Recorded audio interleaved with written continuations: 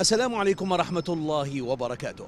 تقريرنا لهذا اليوم له فائدة كبيرة في تقديم المعلومة الطبية لمن يجهلها في منطقة الشرق الأوسط بالذات، حيث هناك الكثير ممن يستخدمونها دون علم أو دراية، وهذه الحالة هي طقطقة الرقبة عند الألم.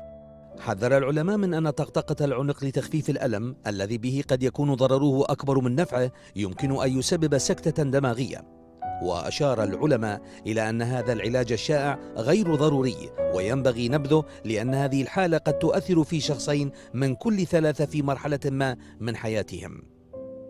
وهناك طريقة طبية تعرف باسم المعالجة النخاعية، وهي طريقة تشمل تطبيق أشكال متعددة من الضغطات القوية المتواصلة على الفقرات القطنية لأسفل الظهر أو الفقرات العنقية لتقليل ألم الرقبة وأي ألم عضلي هيكلي آخر.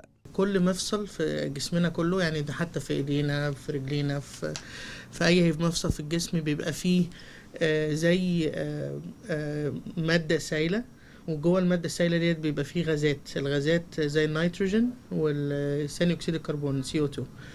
فلما بتويست او بتزنق الفلويد دوت او السائل، اللي بيحصل ريليس او الغاز نفسه بيخرج من السائل، فبتسمع الطقطقه دي.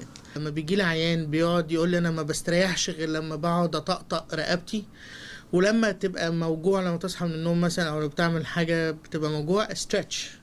بدل ما تطقطق اعمل استرتش، شد العضلات اللي حوالين الرقبه اللي هي بتوجعك.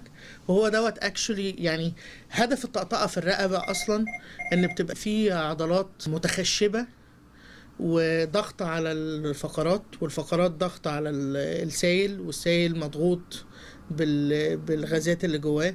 فانت لما بتعمل الحركه الطقطقه دي كل بيريح، بيريليس كل حاجه، فالعيان بيحس ان هو احسن. بس احنا ممكن ان احنا نضحك بقى على الجسم ونعمل استرتش للعضلات ونقوي العضلات ونعمل حاجات تانية بحيث ان احنا ما نوصلش لمرحله انه بيبقى محتاج طقطقه. ويعتقد أن المعالجة النخاعية قد تؤدي أيضا إلى مضاعفات خطيرة في الأعصاب والأوعية الدموية، وأن هذه الطريقة غير ضرورية ولا ينصح بها. وقد أكدت أحدث التقارير الطبية الإحصائية الأمريكية أن ألم العنق الذي غالبا ما يحدث نتيجة الإجهاد يؤثر في 1 من كل 10 أشخاص في وقت ما. وطقطقة الرقبة لما الواحد بيعملها لنفسه يعني، او لو بتتعمل بشكل متكرر، بيبقى احتمال بيبقى فيه زي هنا شريان اسمه الفرتبرال ارتري او الشريان اللي بيوصل الدم للمخ، ممكن بيحصل فيه جرح فبيسبب تجلط. عشان الشريان ده قريب خالص للمخ، اسرع حاجه واتجاهه طالع لفوق، فبتروح للمخ على طول، فبتبقى الجلطه بتاعته بتوصل للمخ على طول. يعني السكتة الدماغية. السكتة الدماغية. بس الحقيقة الموضوع دوت بيتوقف على عدة حاجات. نمرة 1، سن العيان دوت كام، يعني لما حد بيبقى صغير غير لما يبقى حد كبير.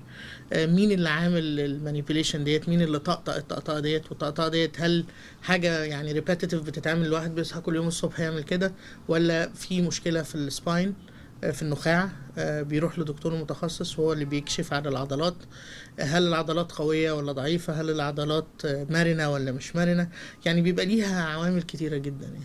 حالة قد يراها البعض مفيدة جدا، إلا أن درجة خطورتها تصل إلى حد الموت لا سمح الله. لذلك فهناك أنواع أخرى من العلاج مثل التمرينات الرياضية، والتي تعمل بنفس الكفاءة والفعالية دون مخاطر تذكر. خليل برهان الدين، العراقية، نيويورك.